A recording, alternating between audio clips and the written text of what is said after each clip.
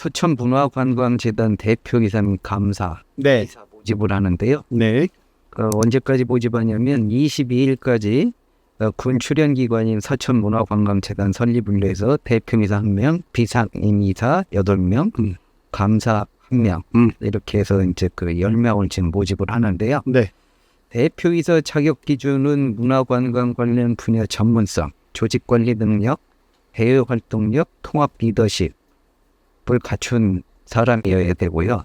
그래서 이제 일단 서류 심사를 통과한 경우에 한해서 직무 수행 계획에 대한 PPT 발표, 그 다음에 발표가 끝나면 질문 답변, 면접 심사를 거쳐야 되고요.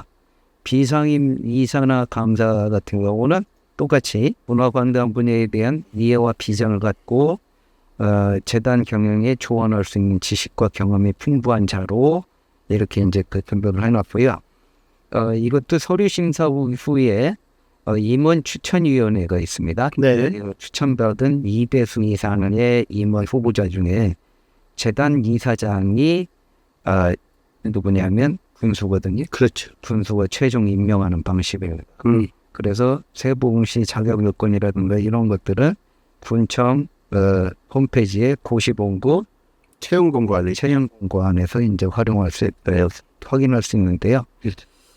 앞서 그 군은 4일날 재단 임원 추천위원회를 구성을 했는데 7명이 임원 추천위원으로 이제 선임이 돼가지고 여기서 임원 자격 기준이라든가 심사 방법, 임원 등대 모집 계획 등을 그 심의 의결을 했던 상황이고 그 결과가 이번에 모집한다는 거 대표이사 감사 인사 모집하는 그 모집 공고가 나오게 된 겁니다.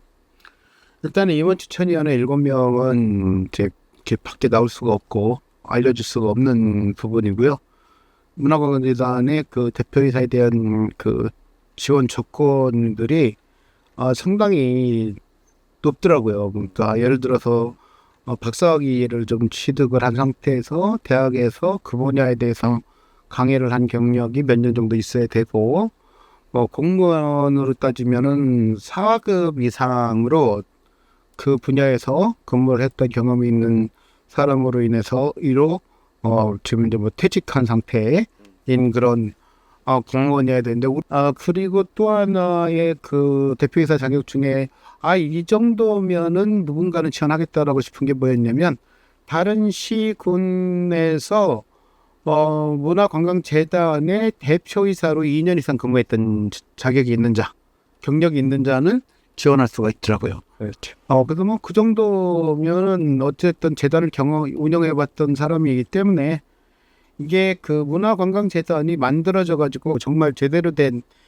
기구의 역할을 해야 되거든요. 이 새로 처음 출범하는 그 문화관광재단이 서천의 문화 관광과 관련된 문화예술과 관련된 그런 그 단체들이 지금 기관들이 엄청 많지 않습니까? 엄청 많죠. 그럼 여기를 아우르는 재단이다 보니까 이 재단이 얼마나 바로 서느냐에 따라서 그 유무에 따라서 서천의 위상이라든가 여러 문화예술의 어떤 위상이라든가 여러 가지 달라질 거기 때문에 손을 두릅뜨고 잘 살펴봐야 잘 살펴야 제대로 기능을 하지 못하는 재단은 있어나 마나한 거고. 맞습니다. 네, 그리고 좀 전에 말씀하신 서천에 있는 여러 분야의 문화예술 뭐 어떤 이런 단체들이 있는데 이런 부분들에 대한 운영에 대해서 제대로 된 딱 규칙 규범 안에서 지역에 있는 문화예술인들도